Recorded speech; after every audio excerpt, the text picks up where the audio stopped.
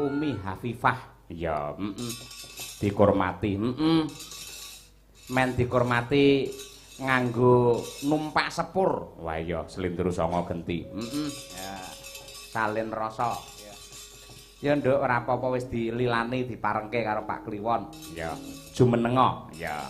Mangga, Ca, yo tumpakke sepur yo.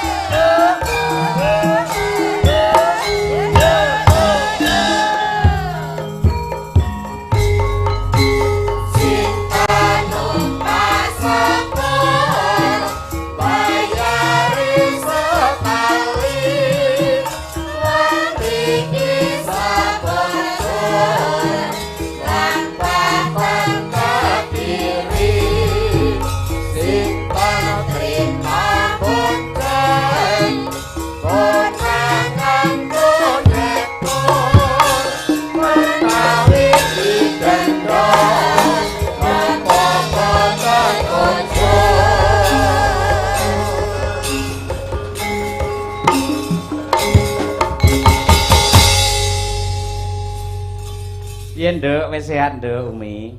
Alhamdulillah sampun Pak. Syukur. Lara apa to nduk? Kula batuk pilek. Oh, batuk pilek. Iki pancen lagi usum kok nduk. Nggih. Batuk pilek. Sing pilek endi? Irunge apa metune kok irung apa kok lambe kan ana to sing ngono dadak metu kok lambe iki ana. Irunge Pak. Irunge ya. Nggih. Layak sik rada bindeng suaramu. Nggih. Wis diobati? Sampun. Oh iya, wis istirahat. Sampun, Pak. Mula ya yen tanggapan kon lereni lereno ya. Nggih. Lek renangi golek wektu sing pas renek tanggapan, longgarno ruwenang paribasane karo gaya apa wae monggo. Ha iya, Wong kon leren malah slulup. Ha iya, Wis ora apa-apa, mak pancen bocah semono ki lagi seneng-senenge. Ora apa-apa. Yo, ripalungguhan iki sampean dikangeni karo penggemarmu kabeh, nggih tamba kangen sampean nembang sing apik. Nggih, Pak. Ora perlu angel-angel. Tetep gandengi nggone piyayi. Mantenan aturna ya kuwi kadung tresna sak bawane. Nah. Nggih. Coba tak rungokke suaramu isih bindeng apa ora? Ya, Bawane karyane ibumu Sukesi ya. Nggih. Nggih. Aturna karo para lenggah. Ayo arep matur piye karo para lenggah kabeh iki? Ayo. Dumateng para lenggah. Kula ngaturaken wilujeng lenggah. Wilujeng mirsani ringgit dalu punika, Pak, Bu. Mugi-mugi panjenengan sedaya pikantuk rezeki saking Allah Subhanahu wa taala. Amin. Amin. Sampun. Oh iya, apik. Ya, dumateng para lenggah, monggo kula dherekaken lenggah ingkang sekeca ya. Apik. Ya pancen bocah mula lek kelu nduk sampean pas ana resepsi pernikahan lek ana pambiyawara, ana pasrah temanten, nampa temanten ngono wae gatekno. Lah mesti kuwi ukarane, sastrane, basane mesti apik-apik temenanan. Nah, ngene kena nggih sinau, nggih pancatan diapalke terus ngene iki iso diaturake pas sampean nyinden ngene iki ya. Nggih. Nggih, yo. Bawane kadung tresna coba kaya apa? Yo. Rinasa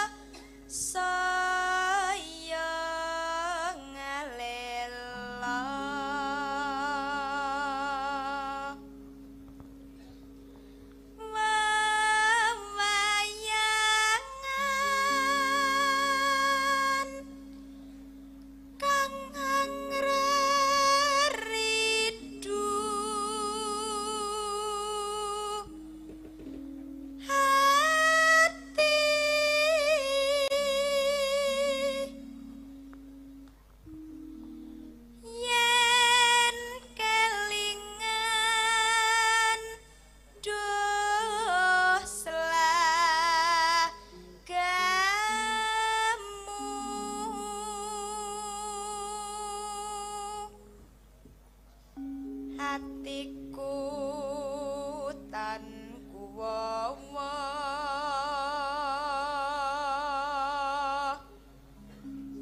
pamikirku tan jemu tumanam kalbu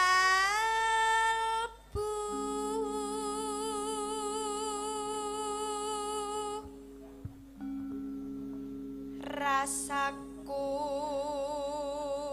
wis kadung tresna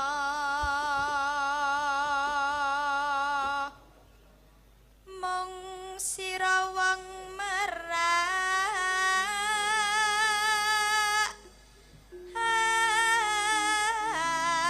ati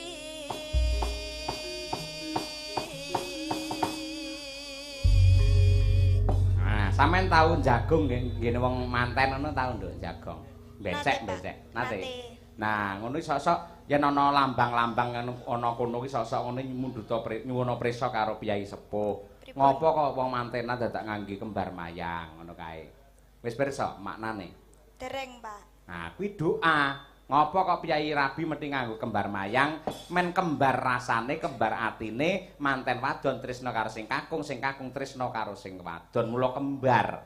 Lah, mayang iki apa to, Nduk? Mayange kembang jambe. Jambe iki perangane wit-witan sing ora ngepang nang ngendi-ngendi. Lah, kanthi panyuwunan muga-muga temanten kekalih katresnane ora ngepang tekan ngendi-ngendi, ngono. Nggih, Pak. Iya, kok dipasang janur kuning.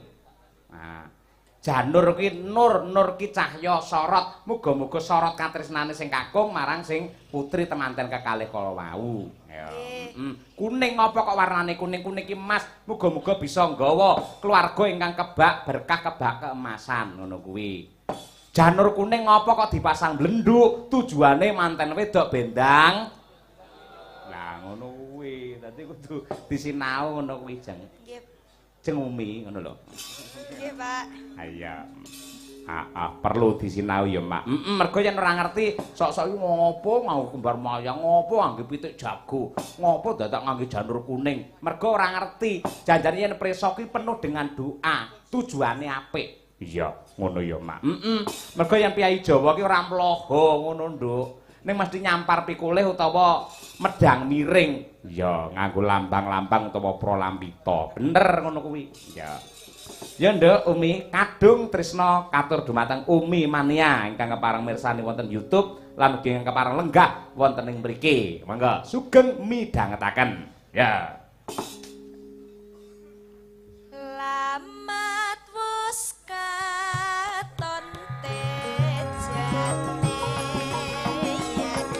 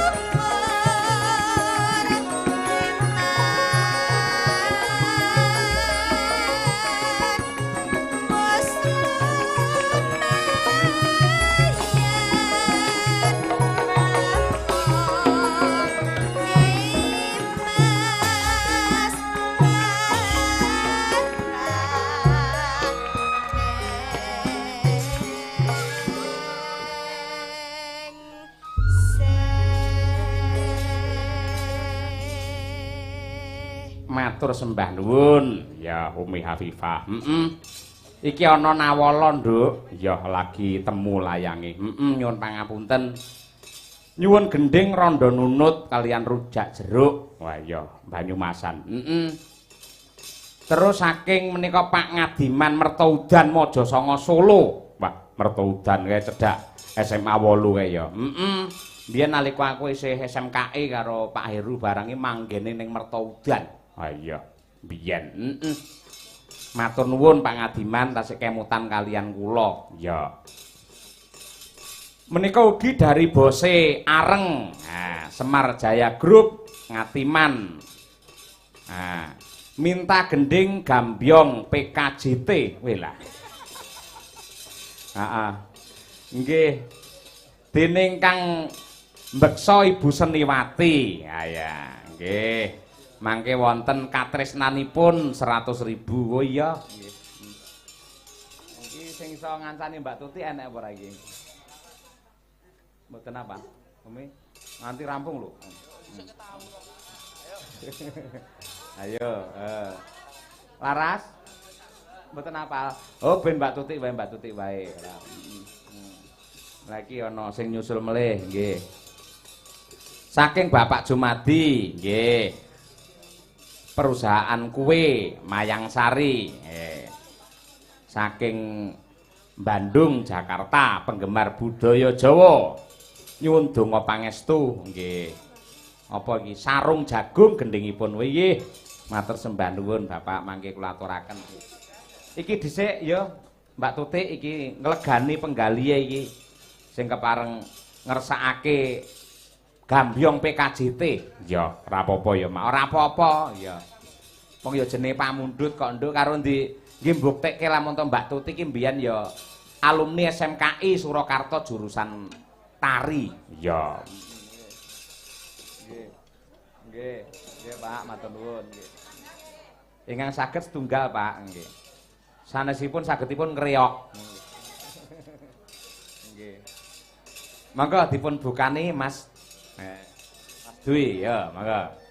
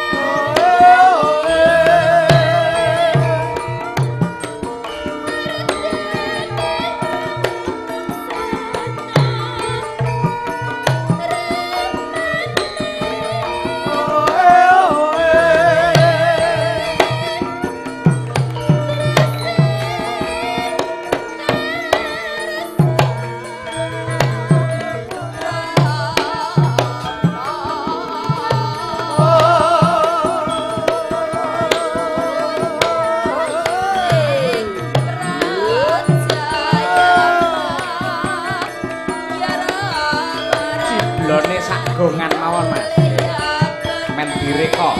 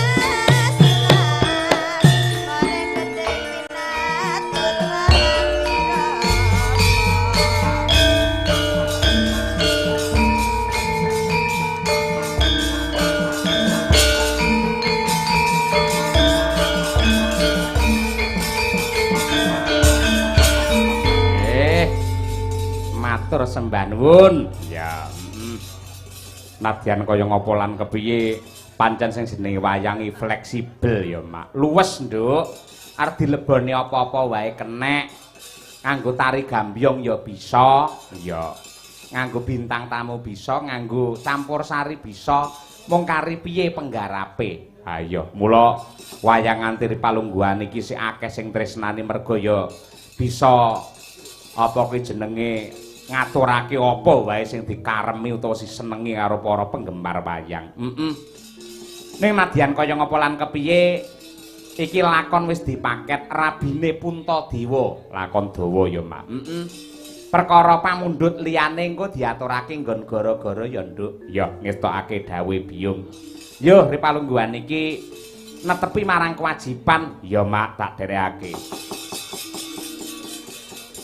Kuku sing tupa kumelun ngeninging tias sangabake